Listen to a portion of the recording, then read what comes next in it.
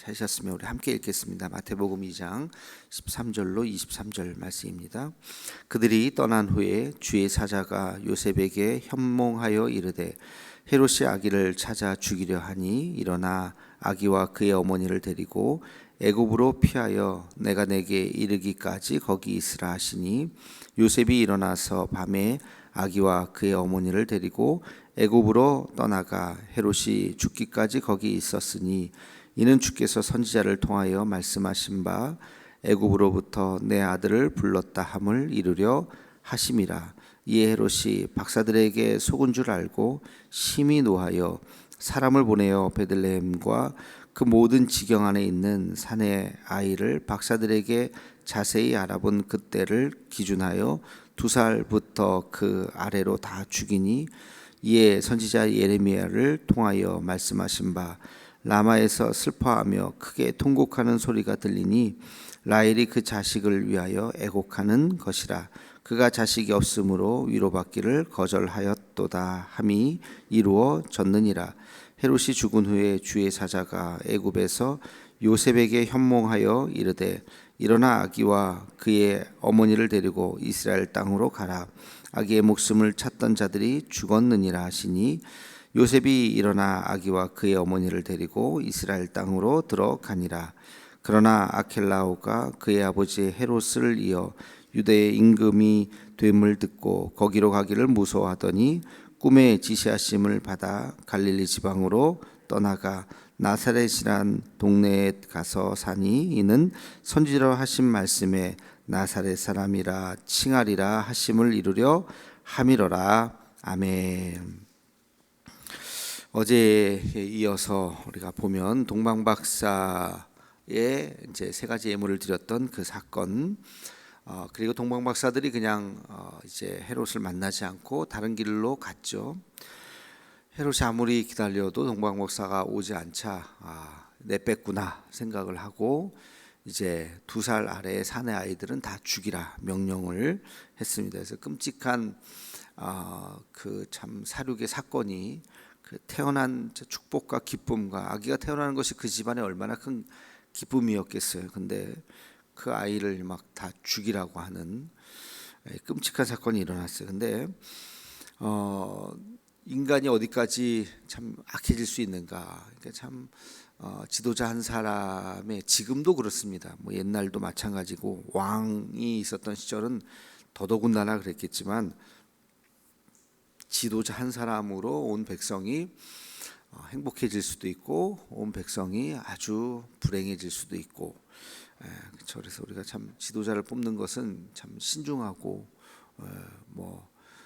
다 좋은 분 뽑기를 원하겠지만 또 뽑고 나면은 또 실망할 때도 있고 또 여러 가지 그렇죠. 이 그 역사적으로 가장 악한 지도자 중에 한 사람 뽑으라면 3손가락 안에 드는, 사람마다 좀 다르긴 하겠지만 그 중에 하나가 히틀러 아니겠어요? 히틀러도 선거로 된 사람이에요. 그냥 자기가 구테타로 된 게 아니라 투표로 사람들이 뽑은 거예요. 근데 그 악한 히틀러라고 하는 2차 세계대전을 일으키고 수많은 사람들을 죽이고 그런 아주 그냥 악한 그 지도자가 되었던 것이죠. 아무튼 이제 이런 이제 슬픔의 시간이 있었는데 오늘 말씀에 보니까 예레미야 선지자의 예언의 말씀이었다. 성경, 구약 성경에는 예수님의 모든 삶을 다 탄생부터 죽음까지 부활까지 다 예언하고 있었죠. 한 사람의 선지자가 예언한 것이 아니라 여러 명의 선지자들이 또는 이제 시편에 이런 거기에 이렇게 예언이 된 거기 때문에 그때는 모르죠. 다 조각조각이니까 이게 무슨 말인지 메시아 예언 같은데 뭔 말인지 잘 모르겠다. 그냥 그 조각조각. 근데 정말로 그 사건이 다 이루어지고 나서 그 예언의 말씀들을 모아봤더니 그 말씀대로 예수님이 정말 사셨구나. 그래서 결론은 뭐예요? 그분이 메시아구나. 그분이 메시아구나라고 하는 것을 그제서야 알게 되는 거죠. 그 대표적인 사람이 사도 바울이었죠. 사도 바울은 구약에 능통했던 사람이고 메시아 예언도 다 알고 있었던 사람이었어요. 근데 예수님이 누군지를 몰랐던 거죠. 나중에 예수님을 만나고 나서 다시 한번 구약에 있는 말씀들을 그 조각을 하나하나 맞춰 보니까 구약의 메시아의 그 예언대로 예수님께서 사시고 죽으셨다. 그러니까 이분이 메시아이구나라고 하는 것을 그제서야 이제 깨닫게 되는 거죠. 그러니까 그 구약을 제대로 몰랐으면 그냥 뭐 초능력자인가, 그냥 뭐 거짓 예언자인가, 그냥 그렇게 사람들이 생각하는 것처럼 생각하고 끝났을지도 몰라요. 근데 구약에 있는 말씀들을 잘 알았기 때문에, 예언에 있는 말씀들을 알았기 때문에 그 말씀들을 조각조각 맞춰 보니까 그분이 메시아이다 하는 것들을, 그게 또 복음서의 기록의 의도이기도 하고요. 당신들이 알고 있었던, 믿고 있었던, 오리라고 기대하고 있었던 그 메시아가 바로 예수님입니다라고 하는 것을 소개한 책이 바로 그게 복음서이죠. 대표적으로 그게 또 마태복음이기도 하고요. 그래서 아무튼 이 예수님께서 이제 그 예레미야의 그 예언대로 이제 애굽에 내려가서 사시다가 이제 천사의 소리를 듣고 헤롯이 죽었다는 이야기를 듣고 이제 가는데, 오늘 말씀해 보니까 두려워하니까 나사렛으로 가라. 그래서 나사렛으로 가는 장면이 나오죠. 나사렛은 갈릴리의 이제 옆에 있는 작은 도시예요. 신약은 이제 크게 세 부분으로 나뉘어져 있어요. 위에 갈릴리 호수가 있고 요단강이 있고 사해가 있는데, 사해를 중심으로 남쪽, 사해 조금 옆에 이제 예루살렘이 있기 때문에 예루살렘 중심으로 해서 그 남쪽을 유대라고 이야기하고, 갈릴리와 사해 바다 그 사이에 요단강이 흐르는 그 사이 중간 지대를 사마리아라고 부르고, 갈릴리 지역의 땅을 갈릴리라고 부르는 거죠. 그래서 그렇게 크게 이제 세 등분으로 이렇게 나눌 수가 있는데, 예루살렘에서 멀어질수록, 수도에서 멀어질수록 소외된 땅에, 그렇죠? 뭐 지금도 비슷하지 않나 싶기도 한데, 하여튼 옛날에는 더 그랬죠. 예루살렘 중심이 아주 중심부고, 그러니까 갈릴리 지역은 심하게 얘기해서 버려진 땅, 버려진 땅이라고 생각한 거예요, 사람들이. 근데 왜 그쪽으로 갔는지 아시겠죠? 예루살렘과 더 일부러 멀어지기 위해서 글로 간 거예요. 가서 이제 나사렛이라고, 지금도 성지순례 가신 분들 아시지만 지금도 나사렛은 그렇게 크지 않습니다. 도시가 작은 도시예요. 글쎄 인구가 몇만일까요? 하여튼 한 자리 쓸 겁니다. 뭐 십몇만 이런 것도 아니고 몇만 정도 되는 작은 도시. 우리 포항으로 쳐도 뭐 포항의 10분의 1 정도 될래나. 하여튼 지금도 이렇게 작은 마을인데 거기 가서 살았어요. 우리는 나사렛 하면 예수님의 이름이 나사렛 예수이니까 굉장히 유명하게 잘 알고 있지만, 거의 예루살렘과 동급으로 우리가 기억하고 있지만 예루살렘과 비교할 수 없는 도시라는 거예요. 근데 예수님께서 거기서 태어난 건 이제 베들레헴이지만 예수님께서 거기서 자라셨기 때문에 그 앞에 가롯 유다 하면 이름이 유다고 가롯 사람 유다거든요. 그 앞에가 다 지역 이름을 붙이는 거예요. 이름이 똑같은 사람들이 워낙 많기 때문에 우리도 뭐 그런 거 있잖아요.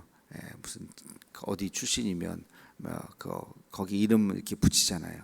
부산댁 뭐 이런 것처럼 대구댁은 있나 하여튼 하여튼 뭐 이렇게 지역 이름 붙이는 것처럼 거기도 나사렛 예수, 나사렛 사람 예수, 그렇게 예수라는 이름도 그 당시에 뭐 예수님만 있었던 게 아니에요. 굉장히 여호수아도 히브리어 알파벳으로 보면 똑같아요, 예수님하고. 그러니까 같은 구원자라고 하는 같은 개념의 단어인 거거든요. 그래서 나사렛 예수, 나사렛이라고 하는 것이 굉장히 그냥 잘 모르는 도시, 또는 알아도 그냥 별 볼 일 없는 도시. 근데 예수님 때문에 굉장히 유명해졌죠. 제가 이 나사렛 예수이시다라는 이 오늘 말씀을 이렇게 보면서 나사렛은 예수님 때문에 유명해진 거죠. 그죠? 나사렛이 예수님을 유명하게 만든 게 아니에요. 예루살렘 예수라고 했으면 예루살렘이라는 도시가 워낙 유명했기 때문에 예루살렘의 후광을 예수님이 혹시 받았을지는 모르겠어요. 근데 예수님은 예루살렘 예수가 아니에요. 나사렛 예수죠. 그러니까 예수님 때문에 나사렛이 빛난 거예요. 우리의 삶도 그래야 된다. 우리의 삶도 어떤 배경 때문에 내가 유명해지는 것이 아니라 내가 빛나는 거죠. 여러분, 지구가 왜 동그랗잖아요. 지구가 왜 동그랍니까? 우리가 서 있는 데가 중심이에요. 서울이 중심이 아니라 우리가 서 있는 데가 중심이에요. 동그란 공이 있는데 어디가 중심입니까? 다 똑같지, 그죠? 내가 서 있는, 다시 말하면 내가 서 있는 데를 중심으로 만드는 거예요. 그게 우리가 해야 될 일이죠. 그러니까 뭐 어디에 살든지 간에 예수님이 작은 도시, 별 볼 일 없는 도시 나사렛에서 사셨지만 그 나사렛 예수가 전 세계를 바꾸는 어마어마한 일을 하신 것이죠. 그래서 이 나사렛 예수이시다라고 하는 이 말의 의미를 다시 한번 우리가 깨닫고 우리가 살고 있는 뭐 이 지역뿐만이 아니라 우리의 삶도 정말 우리가 최선을 다해서 하나님 앞에 쓰임 받는 그런 도시가 되어야 할 것입니다. 언더우드 하면 뭐 우리 크리스찬들, 우리 한국 그리스도인들에게 있어서 대단히 참 훌륭한 분으로 우리가 다 기억하죠. 예전에 한번 제가 어디 다큐를 봤는데 그 영국의 그 언더우드를 파송한 교회가 이렇게 나오더라고요. 영국의 어느 아주 시골의 작은 교회. 지금 우리 교회보다도 제가 그 다큐상으로 봤는데 우리 교회보다도 작아요. 제 느낌에 한 절반 정도 되나? 절반 조금 더 크나? 그런 교회에서 근데 지금은 그 영국의 시골 교회니까 굉장히 사람들이 이렇게 많지는 않고 다 노인들이 이렇게 나오는데 거기 이제 언더우드 사진도 이렇게 걸려 있고 그들의 자부심은 대단한 거예요. 자기네 교회에서 언더우드 선교사가 나와서 25살 때인가요? 그분이 25살 때 우리나라에 이제 오게 되었는데, 그래서 그 교회 역사에 그런 귀한 분이 있고 그런 이제 다큐가 있었어요. 그래서 저 교회가 비록 작은 교회고 그렇지만 참 자부심이 대단하겠다. 그리고 참 뭐 우리가 거기까지 성지순례 가지는 않지만 참 나중에 언젠가는 한번 참 가보고 싶은 우리 한국 장로교회의 뿌리라고 말하는 그 언더우드 선교사를 파송한 그 교회. 참 우리도 작지만 그런 자부심이 우리에게도 있어야 되는 것이죠. 우리 120년의 그 교회 역사를 통해서 크고 작은 게 중요한 게 아니라 우리가 어떤 일을 했는가, 우리가 어떤 믿음의 발자취를 남겼는가. 그래서 그분들이 우리 교회에 와보고 싶고 여기가 그들에게 있어서는 성지순례의 장소가 되는, 우리가 뭐 나사렛에 왜 갑니까? 가면 어떤 면에서는 실망해요. 이거 뭐 별거 아니네. 뭐 요런 조그만 도시네. 그 조그만 도시가 왜 유명해? 예수님이 사셨기 때문에. 그래서 우리도 그런 역사를 좀 만들어야 되겠다, 그런 생각을 동시에 하게 됩니다. 예수님께서 젊었을 때 이제 뭐 대충 30살 정도로 추정이 되죠. 30살부터 공생애를 시작하셨는데 30살까지면은 그 당시는 상당히 뭐 노총각에 이제 해당되는 나이예요. 이제 그 당시에는 결혼도 일찍 하고 그랬기 때문에 30살까지 어려서부터 이제 나사렛을 떠나지 않고 쭉 살았어요. 직업이 뭐였어요? 아버지 직업, 목수의 일을. 예수님은 어떤 특별하게 어떤 직업을 갖고 있다고 성경에 나오지 않아요. 단지 추정컨대 아버지 일을 도왔을 것이다. 그래서 아버지, 보통 그 당시의 문화가 다 그랬으니까 가업을 물려받는 분위기였기 때문에 예수님도 목수의 일을 하면서 30살까지 아버지 일을 도와서 사셨을 것이다라고 이제 추정을 하죠. 그래서 그 동네 사람들이 뭐 그 작은 도시인데 왜 몰랐겠어요. 어렸을 때부터 기저귀 차고 다녔을 때부터 다 본 거죠. 어렸을 때. 그래서 나온 말이 뭡니까? 예수님이 어느 날 갑자기 말씀을 전하고 기적을 베풀고 그러니까 야, 쟤 내가 업어서 키웠던 애인데 쟤 지금 뭐 말은 그럴싸한데 왜 저렇게 됐니? 거기서 나온 말이 선지자가 고향에서 환영을 받지 못한다. 옛날 생각하는 거예요, 자꾸. 예수님이 이렇게 탁 권위 있게 나서면 쟤 청소년기 때 내가 우리 집에 와서 밥도 먹고 그랬는데 이제 뭐 그런 옛날 생각들을 하니까 그래서 나온 게 이제 편견이죠. 편견. 저도 모교회에서 사역을 시작했거든요. 전도사를. 모교에서 대부분은 그래도 어느 날 청년 임정수에서 어느 날 이제 목사님이 이제 앞에 나와서 이제부터는 전도사입니다. 임 전도사님이라고 부르셔야 됩니다. 대부분은 그래도 저를 대우해 주셨죠. 임 전도사님 이렇게 했는데 보면은 꼭 이렇게 내 이름을 정수야 그게 이제 한 1년은 괜찮더라고요. 저도. 근데 1년 지나니까 저도 좀 이제 좀 전도사 대접을 해줘야지. 나올 때까지 끝까지 정수야라고 부르시는 권사님이 계셨어요. 그분 되게 성격도 좋고 뭐 그러신 분인데 이게 잘 안 고쳐져요. 이게. 그래서 하여튼 그래서 이제 그때 우리 부목사님이 저한테 빨리 모교회는 빨리 떠나야 돼 막 그러시더라고요. 그래서 이제 하여튼 뭐 신대원 졸업하면서 제가 모교회를 떠나게 됐는데 그런 게 남아 있죠. 쭉 컸기 때문에 예수님도 그래서 선지자가 고향에서 환대받지 못한다는 말씀을 또 남기기도 하시고 우리의 편견, 우리의 선입견 이런 것들을 지우고 우리는 사람을 대해야 할 것입니다. 그래서 우리가 어떤 일들을 대할 때 항상 편견과 선입견 없이 어떤 문제를 볼 때 범죄 수사도 그렇대요. 범죄 수사도 어떤 사람이 험상궂게 세고 범죄자형 얼굴이 있잖아요. 용의자들을 이렇게 보면 딱 보면 그 중에서 얼굴이 험상궂게 생긴 범죄자형 이 사람이 범인일 거다라는 게 편견이죠. 그 편견에서 하면 이 수사가 안 되는 거예요. 사실은 너무 착하고 너무 선하게 생긴 사람이 의외로 알고 봤더니 범인이더라. 그런 경우가 굉장히 많거든요.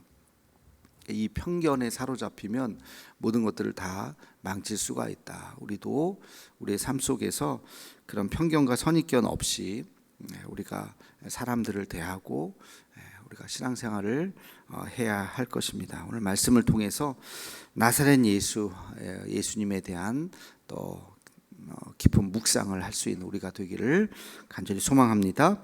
기도하겠습니다. 거룩하신 주님, 예수님께서 나사렛이라고 하는 작은 동네에 가셔서 사신 그 이야기를 오늘 함께 같이 나눴습니다.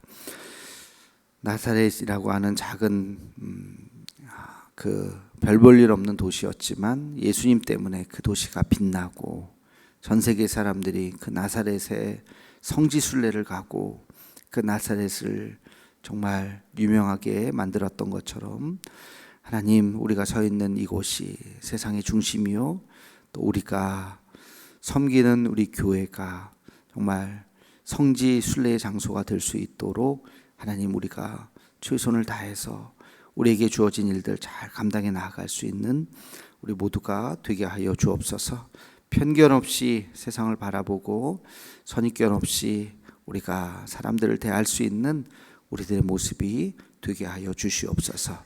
예수님의 이름으로 기도하옵나이다. 아멘.